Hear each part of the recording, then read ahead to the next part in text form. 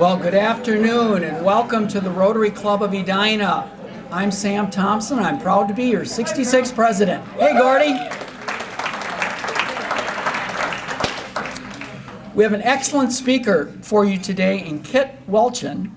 He's going to share his insights on emotional intelligence. Emotional intelligence is an important trait with emotional intelligence is someone with strong emotional intelligence is empathy, caring for others. And when you care more for others than yourself, you're displaying the Rotary motto, which is service above self. This past year has been very challenging for our club to provide service within our community. Yet as our state has opened up, we're finding ways to get back out into our community. This past week, our club had 4 individuals deliver bedding, pillows, and beds to 3 families in need within the Twin Cities area. Pictured in the photo are Mark Stegeberg, Mary and Dave Svensson, and President-elect Michael Stanzik. How about a hand for the 4 of them?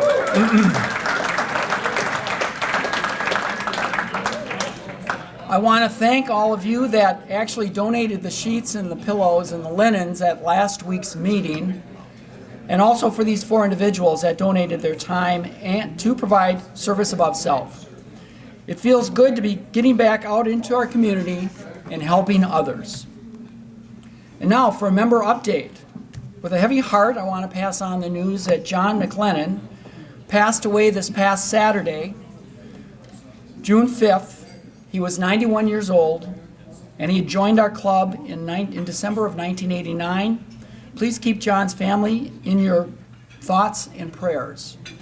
And also an update on Tim Murphy. I found out this morning that Tim ended up going into the hospital this morning for them to put in a permanent defibrillator that they implanted. Sounds like he had the surgery and now he's in recovery and everything went really well. So that's good news. Okay, we have an updated photo on Steve Slyce's twin grandsons, Samuel and Lucas. They're 8 months old. They live in Salt Lake City with Steve's daughter Allison and her husband Taylor and the twin sister Charlotte. And Steve did give me a quote. He said, "Grandma and Grandpa Slyce love visiting. Hard getting Grandma to return home." And I saw a great post on Facebook this past week. It was from Heather Hansen.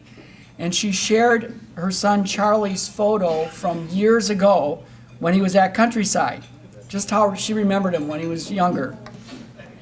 And then to follow up with that, she had a slide just after saying that now he's just graduated from Benilde St. Mary's High School and talking about how time flies with our kids. And she said in the post, "I love you, a bushel and a peck." So I asked Heather, I said, "Can you elaborate on that exactly?" And she said it's a farmer saying that both her parents would say that. They come from farms in Indiana. And Rotary in the news. The Edina Summer Parade is back. Yes, Saturday, July 3rd and the official details are right now evolving. You can contact Katie Campbell if you're interested in helping. Katie's at the back table there. She'd love to talk to you. And we had 2 Edina High School Scholar winners, Allison Koster and Divya Tanthuluri. And on May 28th, Jennifer Benarat presented these scholarships at the Edina Education Fund event. And they hope to visit our club this summer to tell us more about where they plan on going to school. So congratulations to both of you. Also, the Rotary International Convention is June 12th through the 16th. It's virtual. You can go to rotary.org. And a reminder that the Gump is June 26th at Commercial Furniture Sales in St. Louis Park. It goes from 6 to 9. There'll be a band. We are going to celebrate our District Governor Tom Gump's great year. Birthdays. We have 1 birthday this next week. Carlin, happy birthday. And 1 anniversary, Will's anniversary this next week. So congratulations, Will. And assisting off podium, our greeters are Gary Pedersen and Bob Perkins. Zoom greeter is Ryan Wilson, up at the front table here with us. Front desk helping Becky was Fred Sylvester. Photographer is Mark Jessen. And AV support is Scott Blake with Ryan. Looks like you're doing double duty, I guess. This is outdated. Okay, with that, I'd like Les Jones to come up to provide the invocation pledge in the four-way test. Good afternoon. It's great to see everybody on this great summer day, and it's great to see people out and about again and back to kind of normal. So I found this passage here I'd like to read, so if we would bow our heads. May we be grateful. We're blessed today with enough to eat. May we be grateful. We're blessed with clothes to wear. May we be grateful. We're blessed with shelter from the elements. May we be grateful. We're well blessed today. May we remember that there are many people who do not have these blessings. May we be grateful enough to help others when we can. Amen. I pledge allegiance to the flag of the United States of America and to the republic for which it stands, one nation under God, indivisible, with liberty and justice for all. The four-way test of the things we think, say, or do. First. Is it true? Second. Is it fair to all concerned? Third. Will it build goodwill and better friendships? Fourth. Will it be beneficial to all concerned? Great job, everyone. All right, I get to introduce our guests today, and we have a couple of guests here, which is really exciting. So first, Susan Stiles has two guests today.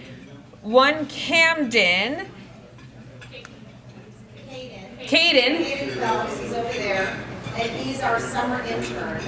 Caden is 19 and living live in my office. He was standing next to me at my desk the other day, and we were going over some things, and he looked and he said, "What is that?" And I said, "Well, that's a Rolodex." Very good. Business cards. So anyway, it's been very entertaining. I have my dear friend Kim Howard here. She's in town for the summer. Spends her winters in Arizona, and she's becoming a dear friend of our club. So thank you. Wonderful, welcome. And then Shelley Loberg has Zubair, otherwise known as Zuby, here with us today. Everyone, this is our new friend Zuby. He lives at One Southdale Place, which is also where Kayla lives. And we all met at the pool this last weekend and we talked all about Rotary. So he's checking our club out, and he works for the Mayo Clinic remotely. Yep.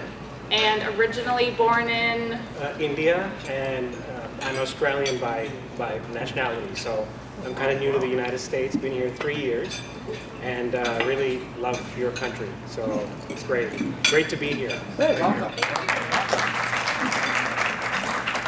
Wonderful. And then last but certainly not least, we have our grant recipient, Megan White, a guest of Stefan Smith. And then I understand that there may be a drawing back there. Do you want to just say a quick thing about the drawing? Oh, sorry, you're going to mention it later. All right, welcome to all of our guests.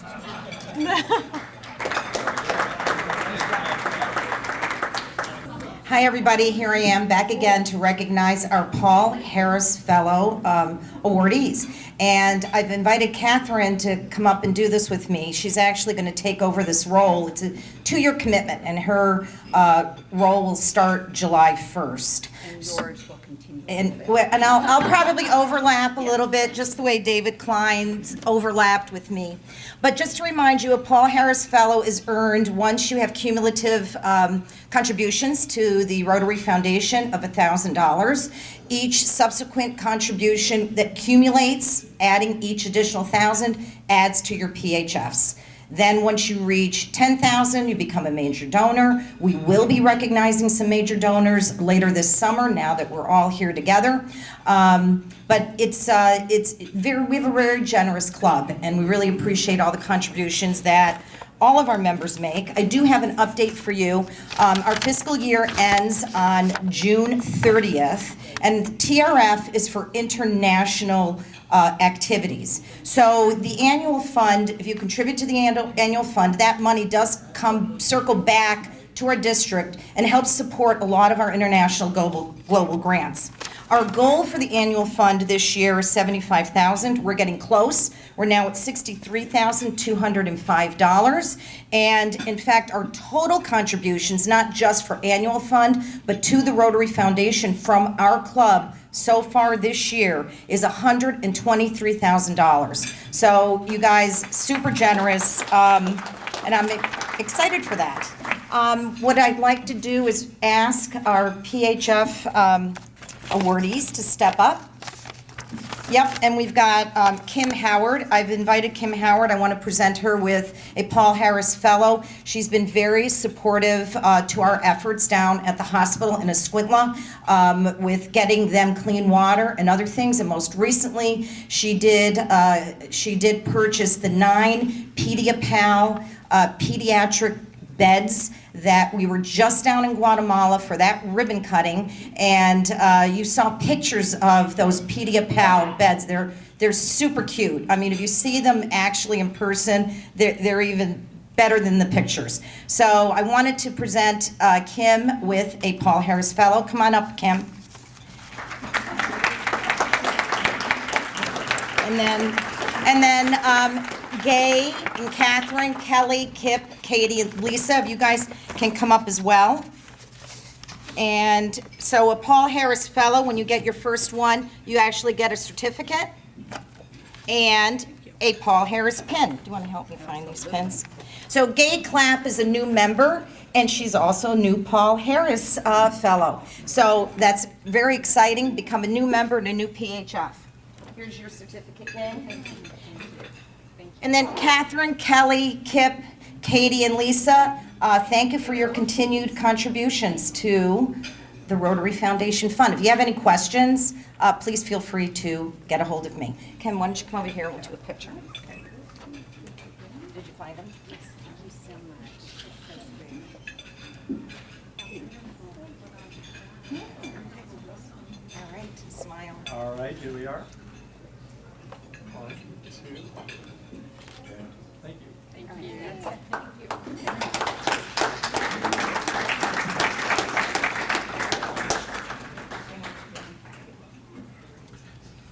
Good afternoon, everyone. Good to see everybody. I'm just, again, mentioning the leadership series that we're hosting next Tuesday evening. It's on Zoom one more time. And I have a couple of other things that I just wanted to kind of mention around the series as we enter the new Rotary year in July. First of all, we are going to continue the program, which is a good thing. Michael's going to let us do that, so that's really fun. We've been having a lot of fun at these Zoom meetings. I have a little bit of fear that if I keep it on Zoom through the summer, some of you won't come anymore. And so what we're going to do is we're going to move it to a hybrid format starting into July. We don't have all the details completely worked out, so I can't tell you venue, but we will have a nice space. And we might even extend it a half an hour so that we can have a little bit of social time mixed in there. So an hour and a half instead of an hour. So more to come on that, just kind of a teaser. The next thing is I want to ask, last year, I thought it would be easy to find 12 really qualified speakers, and I want to keep it fresh. And you've heard from 12 now. I'm going to talk to you next week. By the way, it's me. so I want to talk about coaching for commitment, and so if you have people or if you are a person, it's going to be beneficial to you. But my point is that if you guys know folks like Kit, who I've known for a while, is going to have a great talk today, who can speak on these topics of kind of personal growth and leadership, please see me and let me know who they are, and I'll vet them out, and hopefully maybe we can plug them in to speak at one of our events. And then finally, I will invite you to register for next week right away, because please, my last one of Sam's Rotary year, I know we're still on Zoom one more time here in June. I'd really like to have a really good showing and be able to hopefully share my heart with you guys next week on Tuesday. Thank you so much.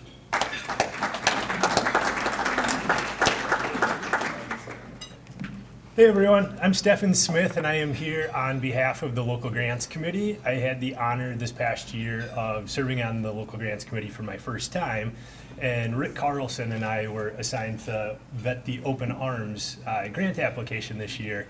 And you'll hear from Megan White in just a moment, but they were a fantastic organization. I know a lot of us are familiar with them, but it was really fun to get to know them even better. And I'm excited for Megan to share with you today about how our dollars will be used, gifted to them. And then, just so we don't forget to mention it, Megan is raffling off 24 of the cookies that Open Arms actually makes in their own bakery. So if you haven't already written your name down and put it in the basket back by Becky, we'll do that at the end so that somebody can get some cookies. All right, go ahead, Megan. Well, thank you all so much for the opportunity to come and speak to you. It is lovely to be in a room with everyone. It just is fantastic to be able to be together. So we really appreciate the opportunity to share our mission with you today.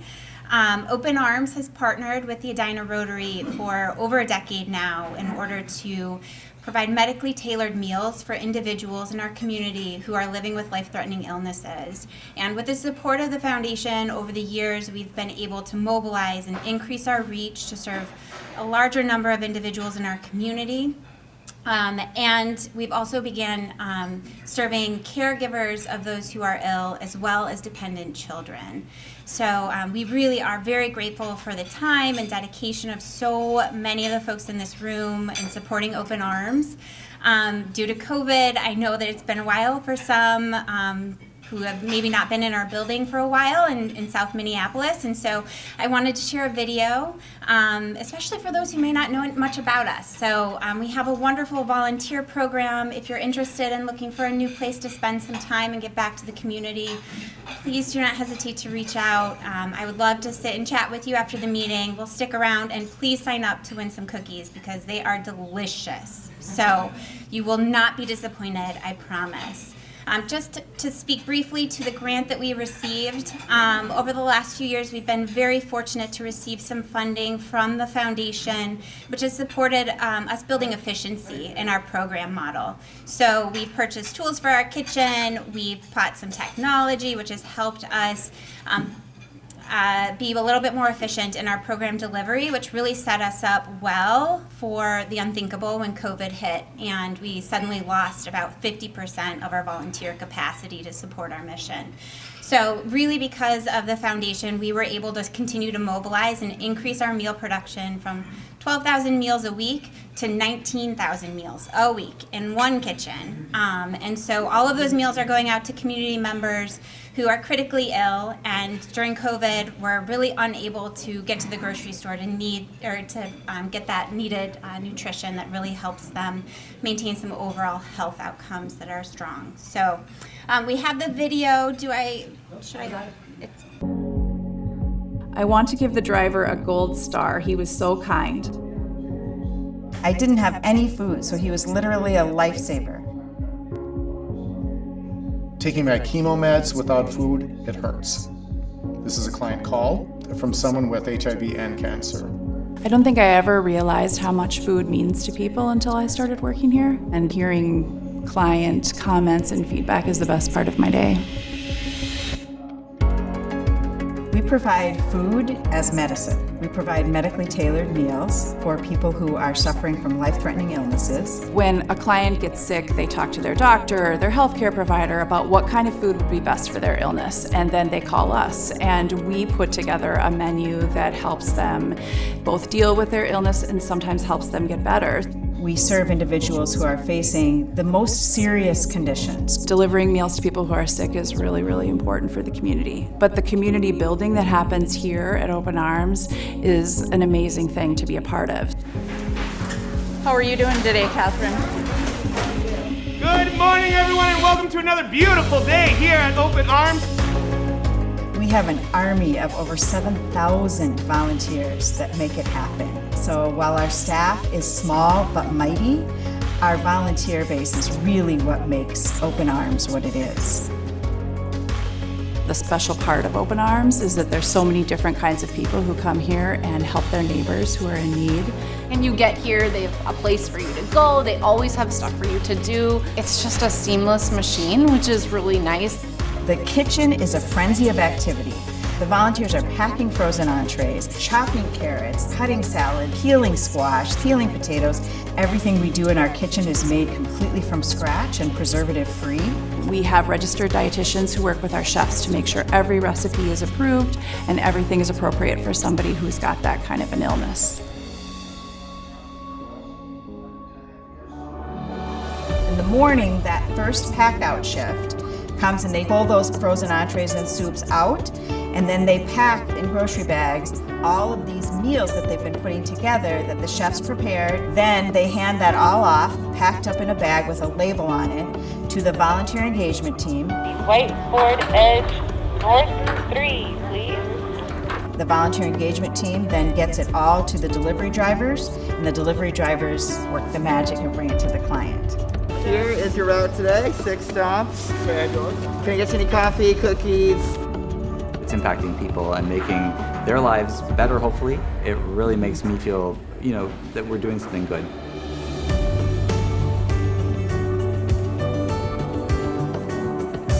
Help us open our arms wider to those in need.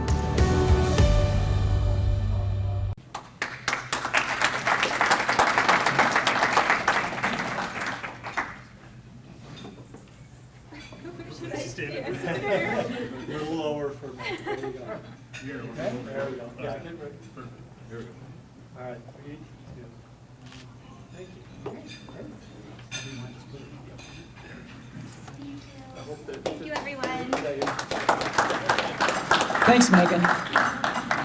Okay, we're ready for our program, and Jennifer Hendrickson is going to be introducing our speaker. So I will tell a little bit about you, Jennifer. Don't jump up. She joined Rotary in 2017 and jumped into serving on multiple committees. Let me just get her there. Right from the start. Jen started out on the social committee and is now our public image director. In 2018, she co-chaired the silent auction for our gala alongside Tom Bach. Jen is the development director of the Minnesota and Dakota's chapter of the Parkinson's Foundation. Through her work, she provides services and support to all those affected by Parkinson's. From the person that is diagnosed to their care partner, family member, or neighbor. When Jen is not volunteering with our Rotary group or at work, she enjoys patio time with friends and family, playing with her puppy Luna, and going camping when the weather is nice. Come on up, Jen.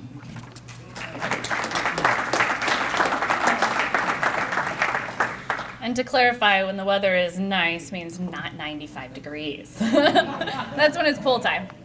It's my pleasure today to introduce Kit Welchlin. And he began public speaking actually at age 9 in 4-H when he was down in St. James. And he purchased his first manufacturing company at age 21. And by 26, he was CEO of 3 manufacturing companies in 3 different states. He has a degree in his master's degree in speech communication and has delivered more than 3,500 presentations to more than 500,000 people. In 2014, Kit was inducted into the Minnesota Speakers Hall of Fame, and in 2018, he earned the Certified Speaking Professional designation from the National Speakers Association. In 2020, just last year, Kit earned the Certified Virtual Presenter designation from eSpeakers. I wonder how that happened. And I'm also told that he is lifelong friends, about 30 years, with our dear friend John Crudelli. It is my pleasure to welcome Kit Welchlin.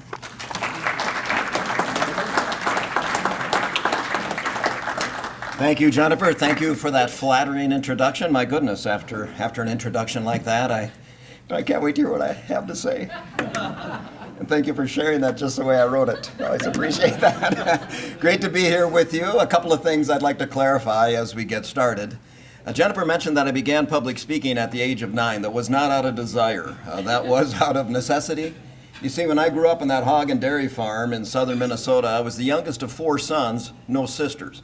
And I grew up in a position-centered family, not a person-centered family where everyone would have an equal say or an equal vote. No, there was a true hierarchy in the family where my dad had the most authority, then my mom, and then it went from oldest to youngest, and I was the youngest. So what would happen around the dining room table is my dad would say something, then my mom would say something, then Cabot, Kelly, Corey, and then they changed the subject. And I always had a terrible time getting into the conversation. But in 4-H, I could get up in front of a club once a month and give a 5 or 10 minute speech without interruption, and, well, I really haven't stopped since.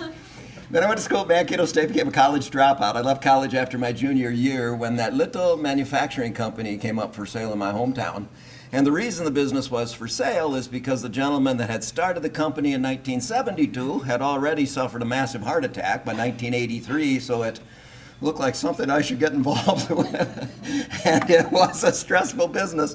The presentation I deliver the most often is called STP, Stress, Time, and Procrastination Management. Coincidentally, the presentation I deliver second most often is handling difficult people dealing with people you can't stand. So I don't know if there's a correlation there or not. But anyhow, things turned out just fine. So I was 21 when I bought my first manufacturing company. I was the youngest employee. I had no technical expertise. I was the chief executive officer and $450,000 in debt. Yay! That was a lot of money back in '83. Still a lot of money today, but I had a business mentor back then that told me, kid, if you owe the bank $50,000, you're in trouble. If you owe the bank $500,000, they're in trouble. So be careful when you pick your mentors. But one of the things I kept studying and didn't realize I was studying was this concept of emotional intelligence. And it's a combination of skills, and it is something that we can learn. It isn't something that we're necessarily born with. So I'm going to share with you some strategies and techniques to really apply emotional intelligence for career success. I never really expected to speak on this topic, but I was giving presentations down at IBM in Rochester, and the HR person came up to me and says, you know, we had someone here last week that talked about emotional intelligence. It was interesting, but we didn't know how to apply it. Could you put together a seminar on how to apply emotional intelligence for career success? So that is what the name of my presentation is. And I said, well, it usually takes about 6 months to do something like that. And she says, well, this is April. What's your dates in October? So I started speaking on emotional intelligence. And it was really quite a popular topic before COVID. And then it just all switched to helping people go through change and manage the stress caused by change. And it's nice to be back. I've delivered probably 130 or so virtual presentations in the last 15 months. It's different than being together, and I really enjoy being here with you. And actually, I was a Rotary member back in the 80s for 6 years in St. James. And whenever I'm asked to speak at a Rotary Club, I always say yes. And today, what I'm also going to provide you is, there's 38 books in the back of the room, my Communication Kit Volume 2, that I'm donating to the chapter, or to the club. And I'd like you to buy them for $10 a piece, and all proceeds go to your Rotary Club. So if you buy out that entire box of books, that's fantastic. Your club will have another $380 to put toward your good causes, so please support that. Oh, thank you. So let's take a look at this concept of emotional intelligence. There's 5 components to emotional intelligence: self-awareness, self-regulation, motivation, empathy, and social skill, which is kind of a combination of the previous 4. Now, people who lack strong relationships have 2 to 3 times the risk of early death, regardless of whether they smoke, drink alcohol, or exercise regularly, according to the research by Dr. Ronald Adler. And we spend more time with the people we work with than the people we live with, and we claim we love them. So these are important relationships. Now, please don't misinterpret that statistic. That doesn't mean you can lay on the sofa, drinking booze, smoking cigarettes, eating junk food, live a long, happy life as long as you get along with your coworkers. That'll help, but it's not going to make all the difference. And it's kind of what we say and how we say it when it comes to emotional intelligence. Saying to someone, have a nice day, sounds friendly. But saying, enjoy your next 24 hours, sounds kind of threatening. I don't know, it just doesn't sound quite as friendly. And it's not just the content, it's also the context, the kind of the situation that we find ourselves in. I was trying to buy some organic fruit and for my wife, and I asked the guy in the produce if their apples had been sprayed with any poisonous chemicals because they were for my wife. And well, I should be done with the police interview soon. Emotional intelligence is also being clear and concise in your messages. That's pretty important. So we're going to talk about these one at a time for a couple of minutes, and you have a handout at your table if you'd like to keep and use it, which is kind of the highlights of how we apply this if I give a speech or seminar on this topic that's longer than 20 minutes. So when it comes to self-awareness, this is how well we know ourselves, our strengths and our weaknesses, and how accurate is that? How supported is that, or how distorted is that? So when it comes to the image of who you are, it comes down to your feelings and thoughts about your strengths, your weaknesses, abilities, your limitations, what you believe to be true about yourself. We believe it's our own impression, our own opinion about who we are. However, it isn't necessarily. There's this thing called a reflected self-appraisal, that we get an idea of who we are based upon how people respond to us. And so if we act a certain way, that might be recognized in a positive way. We act a certain way, we might be recognized in a negative way. So over time, it's kind of, who you spend time with has quite an impact on who you believe you are. So there's really 6 perceptions that go on in a relationship between us and another person. Like today, who I think I am, who I believe you think I am, and then really who you think I am. And then from your side of the relationship, who you think you are, who you believe I think you are, and really who I think you are. There's 60 of us in the room. That's 360 perceptions going on all at the same time, trying to figure out, you're going to buy into this, going to make that adjustment. A lot of smoke and mirrors when it comes to perception. But that's what gives us a chance to create a culture, climate where we work, or recreate it just in how we interact with each other. And it's fast. It's fast. There's a great little book called Secrets of Successful Speakers that claims half the impact on how you perceive me in the entire 20 minutes or so, or 25 minutes we spend together, occurred in the first 5 minutes, like quick drying cement. Half the impact on how you perceive me occurred in the first 5 minutes. So how did you perceive me? Jacket unbuttoned and responding to the introduction from Jennifer, saying thank you for that flattering introduction. Can't wait to hear what I have to say. How did you perceive me in the first 5 minutes? This is where we have the lively interaction between the speaker and the audience. How'd you perceive me? Real, okay, authentic, real, yeah, genuine, okay. Upbeat. Friendly, well, we'll keep going with these. Let's say instead I started with my jacket button and I said, good afternoon, my name is Kip Welchlin. Today I'll be sharing with you some strategies and techniques that will work if you put them to work. Now how do you perceive me? Serious. What? Formal, yeah. Maybe even opinionated. If you want any opinions, I'll tell you mine. I love saying that. It's kind of naughty, but I love saying that. So I think, well, that jacket's kind of formal, looks kind of sloppy unbuttoned, and it's kind of warm outside. Not quite sure how cold it's going to be in here. So I think maybe what I'll do instead, I think I will. I'll just go ahead and start the presentation instead by putting on this sweater. So instead I start by saying, You put it on yet. Yeah, I remind you of Mr. Rogers. That's going to be some real hard-hitting information, isn't it? I mean, you'll be afraid I'm going to move into your neighborhood. Actually, I used to live in the neighborhood. Used to live on Aspen Road, and I had a house one time on Southdale Road. It's nice to be back. I don't want to be perceived as Mr. Rogers. And this is how fast it is. It may take as little as 100 milliseconds, a tenth of a second, to form an impression of another person to decide whether or not he or she is attractive, trustworthy, competent, and likable. A tenth of a second. It takes 2/10 of a second time to change a facial expression. We're late. According to Princeton University, that's less time than it takes to form a rational thought. I always tell my good friends in city and county government, they're held to an unfair standard. Everybody watches them when they leave their house, and neighbors take a look at their watch. They can't be downtown in 5 minutes because we're paying their salaries. When I work with county highway departments, they see a car coming, they just grab a shovel and start moving some gravel around because everybody's got a smartphone to take a picture of them leaning on a shovel because we've never leaned on a shovel, right? And in a funny sort of way, in every relationship we have personally and professionally, it's opening night every day, a tenth of a second at a time. So we want to make sure we're prepared for that. So where does this all come from? Well, it comes from our experiences growing up. I grew up on a hog and dairy farm, and if you know things about dairy farms, you milk cows in the morning, you milk cows in the afternoon. We had 100 sows, 1,000 pigs. We were either grinding feed or hauling manure. It's kind of a vicious cycle on a hog and dairy farm. And so I don't mind working 7 days a week. I love what I do for my career. My wife's a couple of years younger than me. She's a Generation Xer, and she believes we should have some balance in our lives.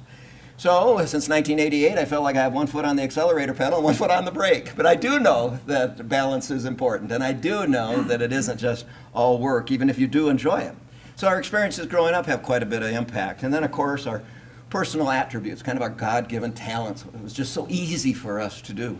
And then when it comes to our social roles, there's probably 40 or 50 of them, if you were to list those, that you live up to, whether it's a neighbor, a friend, an employee, a mentor, a mentee, or however you're going through your life. And others' images of you, and the more significant they are, the more impact they have. I remember when I informed my father that I was going to go into the speaking business and leave the 3 manufacturing companies, he said I was throwing my life away.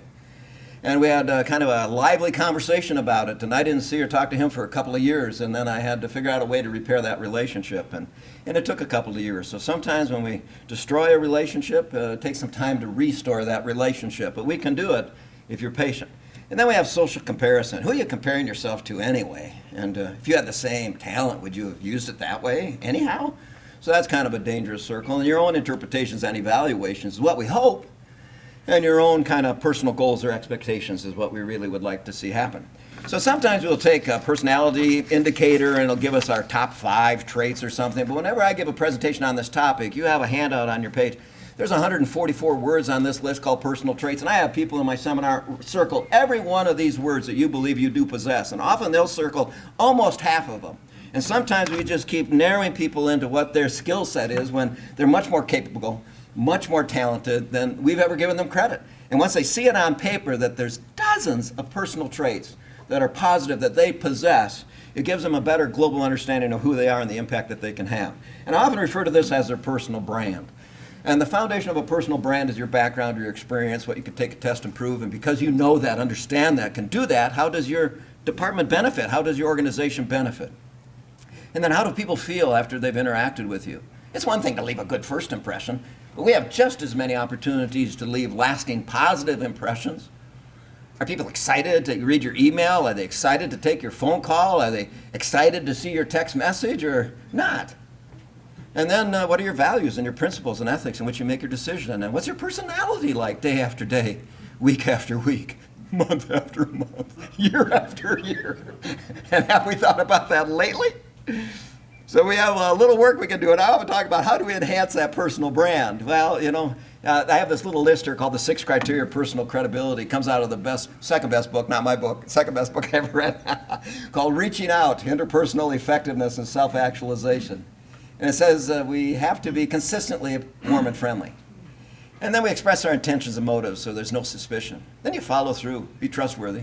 Be an information source, knowable information, what's pen, pasted, posted on the wall, guidebook, handbooks, what qualified you for the job in the first place. And you have relevant expertise.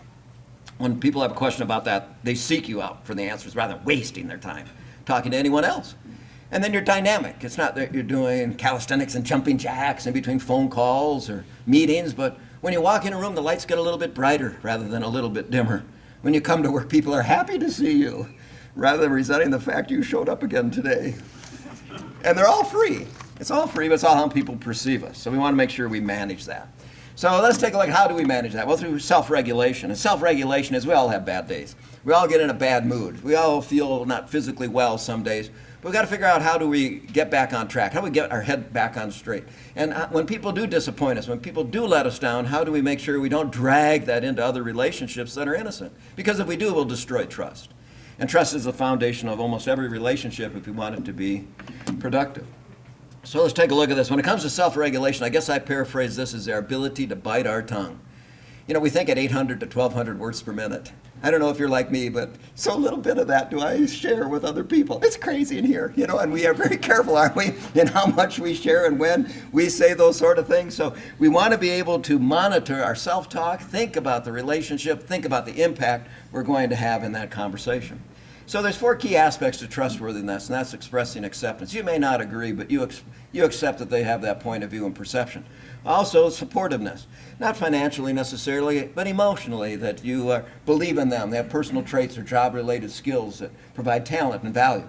And then also you express cooperative intentions, and sometimes we call this the language of responsibility. Sometimes the smallest word, I, we, me, us, our, has the greatest impact in the sentence. Are we sharing that responsibility? Are we willing to work cooperatively? And then, of course, reciprocating disclosures appropriately, which is simply empathy. I can understand how disappointing that would be. I can understand how excited you are about that. So we can blend with the emotion so people feel normal, and then they'll listen to logic. If you deny people that emotion, they aren't going to listen to the logic. So we need to blend with the emotion, whatever that may be for them. And then they'll listen to logic because they feel normal. So how do we do this? Well, you know, sometimes we don't get much notice, so we really have to understand our emotions so we can respond appropriately. And this is kind of like a funnel. All information simply comes through our senses. This is just raw data. No meaning's been applied to it. It's what people say, it's what people do. The second step is interpretation, which is the intellectual question, why? Why would a person say this? Why would a person do this? Now, based upon that interpretation, we'll have a feeling. And once we're trapped in that emotional state, it limits our options of what we would say or what we would do when we feel like that. But we still need to express, and hopefully it's our best option. Now, I always believe on this one we should practice at home and then bring it to work. I have a little story here. A couple drove down a country road for several miles, not saying a word. An earlier discussion led to an argument. Neither of them wanted to concede their position. I've been in that car before. Now, if they would have understood their emotions and responded appropriately, they could have restarted or finished this conversation better than this. Unfortunately, as they passed a barnyard of mules, goats, and pigs, the husband asked sarcastically, "Relatives of yours?" "Yep," replied the wife, "in-laws." Okay, well, I don't think that got any better. I don't know why, but I just don't think so. So when we have a little bit more time together, we talk about, what about if somebody you work with says, "I feel angry, frustrated, or negative when," and can we figure out what are those circumstances? What creates that kind of a feeling, what let them down? And if we can, usually figure out how do we express that, and there's a better way that we can manage that emotion so it doesn't spill over into other relationships that are innocent. I always like these neutral phrases. "That's an idea, that's interesting, you've got a point, I'll need some time to think about that, I'll give that some thought." On the phone, we want to have those listening noises like "I see, I understand, go on." If they say, "Are you still there?" we're not holding up our end of the relationship. And then, of course, take notes and provide feedback. And I love taking notes in conversations because then I'm in control of the conversation rather than being a victim of it. And it slows things down. It limits the exaggerations. It limits the profanity. It limits the flat-out lying. Because there's going to be a written record. I'm going to provide feedback and verify that's just the way you said it. And it's amazing how it changes the tone of the conversation. Well, about 15% of my work isn't like this, where it's fun. It's where I get a call from clients that say, "I have a department, everybody in that department hates each other. Wonder if you could come in and help us fix that." Oh, that'd be fantastic. Thanks for thinking of me. Can't wait to get there. All that cussing, swearing, finger pointing, crying, blaming. Oh, when can we start? Right? Yeah, so I always take notes so I can provide feedback and verify. And then motivation, what motivates us. And it's different for every person. So what I always do is, in your handout, you'll see, kind of the historical ideas about motivation. And I ask people, Maslow's hierarchy of needs, which one is it for you? Well, I'll tell you what. Since 1983, I've always been self-employed. So when it comes to me, you know what it is? Physical needs. It's the first one. I got to make sure I make some money just so I can keep a roof over my head. One of my mentors, Tom Wininger, always said, make sure your house payment is no bigger than your speaking fee, because you only have to book one speech and you'll be able to keep your house. Never forgot that.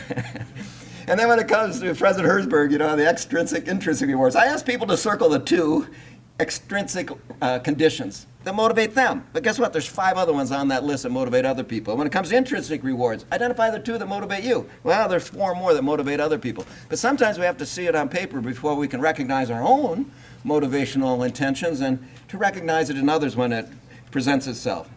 And then, of course, MacLennan says, it's, we want achievement. We want affiliation, to be part of something larger than ourselves, like Rotary. And then, of course, power. Now, when it comes to power and communication or emotional intelligence, it's just influence, impact. When you say something, people stop to consider it instead of just simply ignoring it. And then empathy. This is always a big one. I think this about empathy. I think empathy is probably one of the hardest soft skills that we could ever develop. Sorry, kid. That's all right, Sam. Nice seeing you again. Yeah. Thanks for stopping by.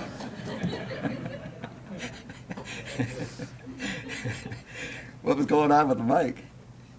Is it working? I don't know. Is it working now? Yeah. Was I loud enough before? Yes. I think so.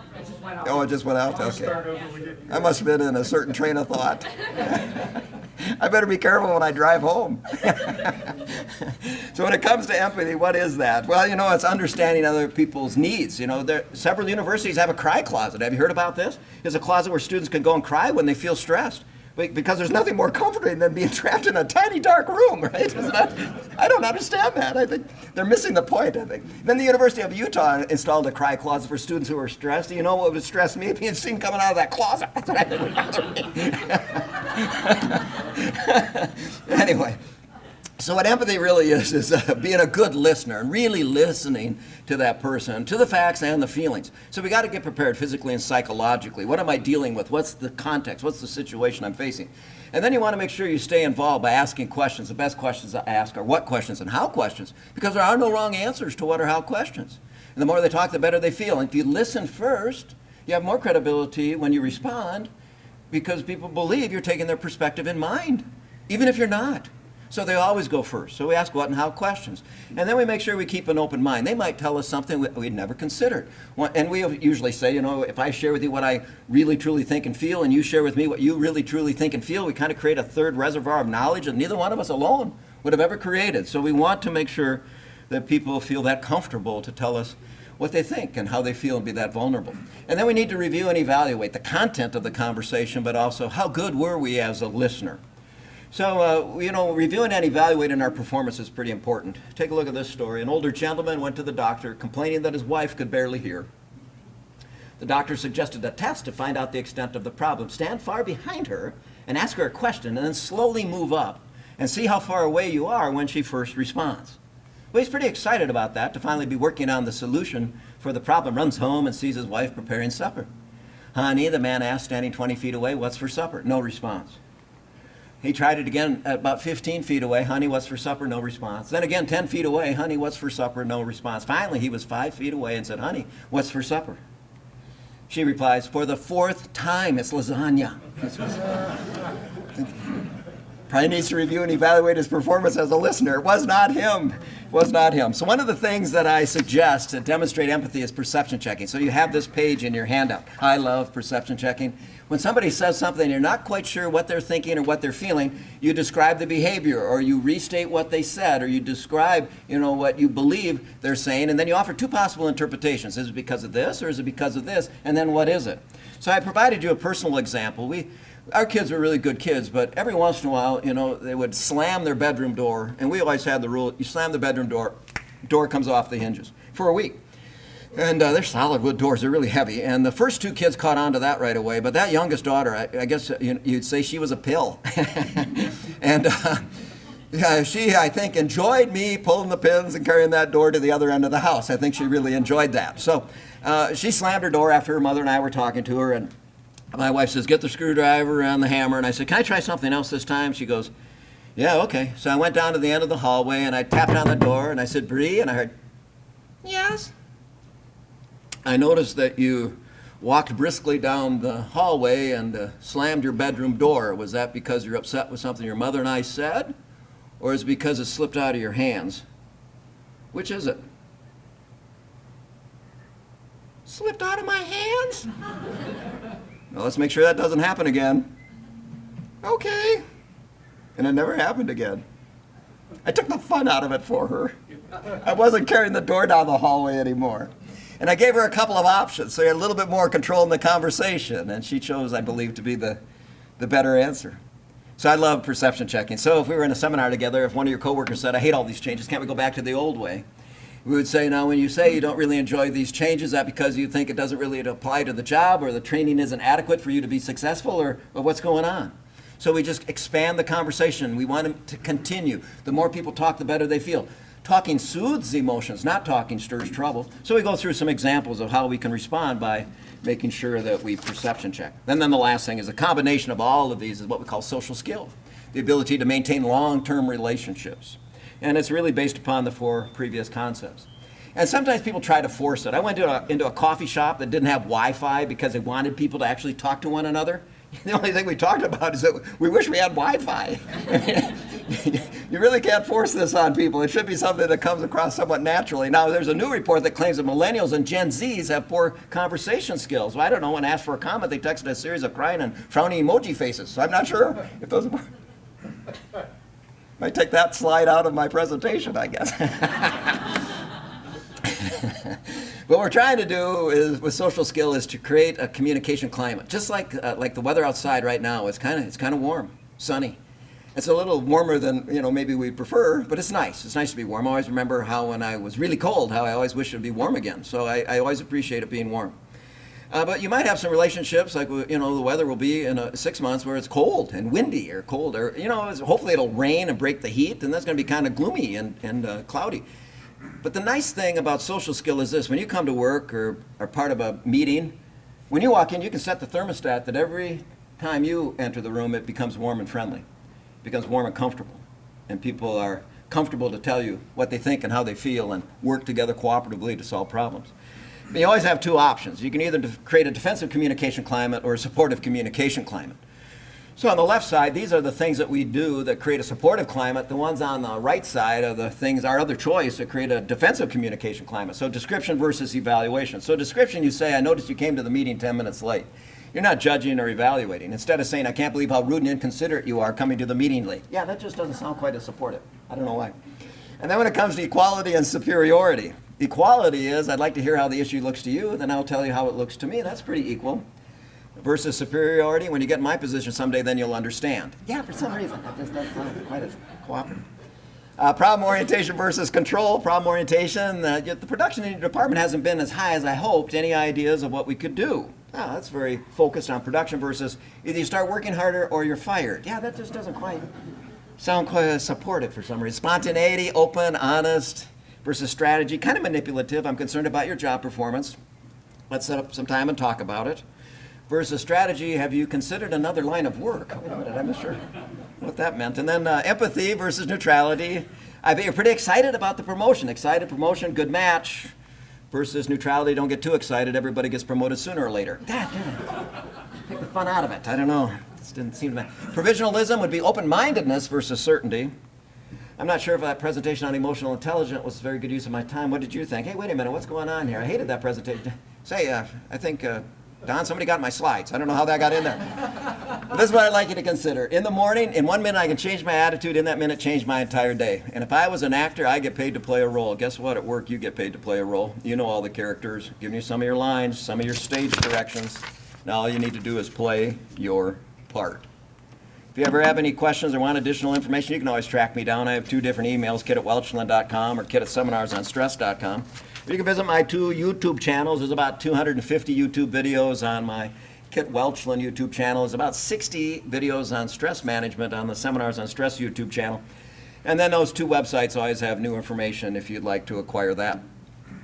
And then the last thing I want to do is remind you that when you buy these books, all the money goes to the club. And I put $10 bills back there to make change because I have a hunch none of you carry anything smaller than a 20. Thank you.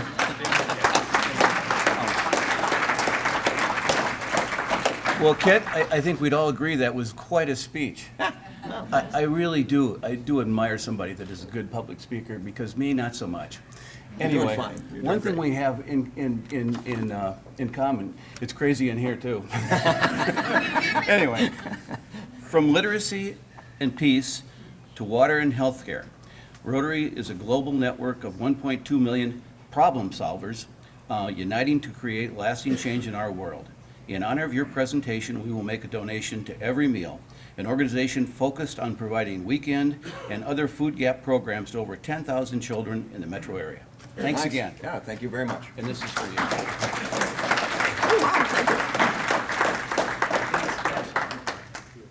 Thanks, Kit. That was great.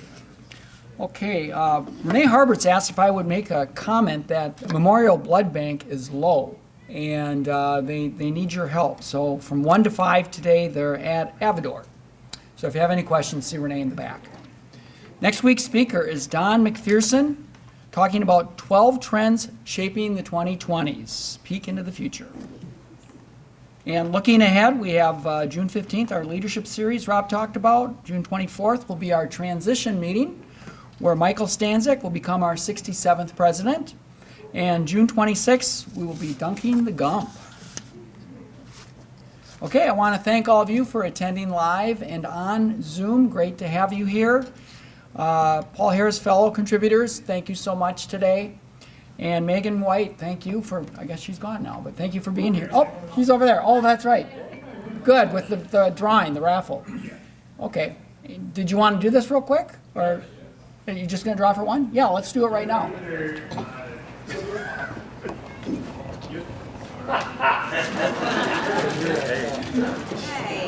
here we go. Don't be suspicious if it gets pulled. Get a good one. I picked my own name. It is Robb Breding? Breding.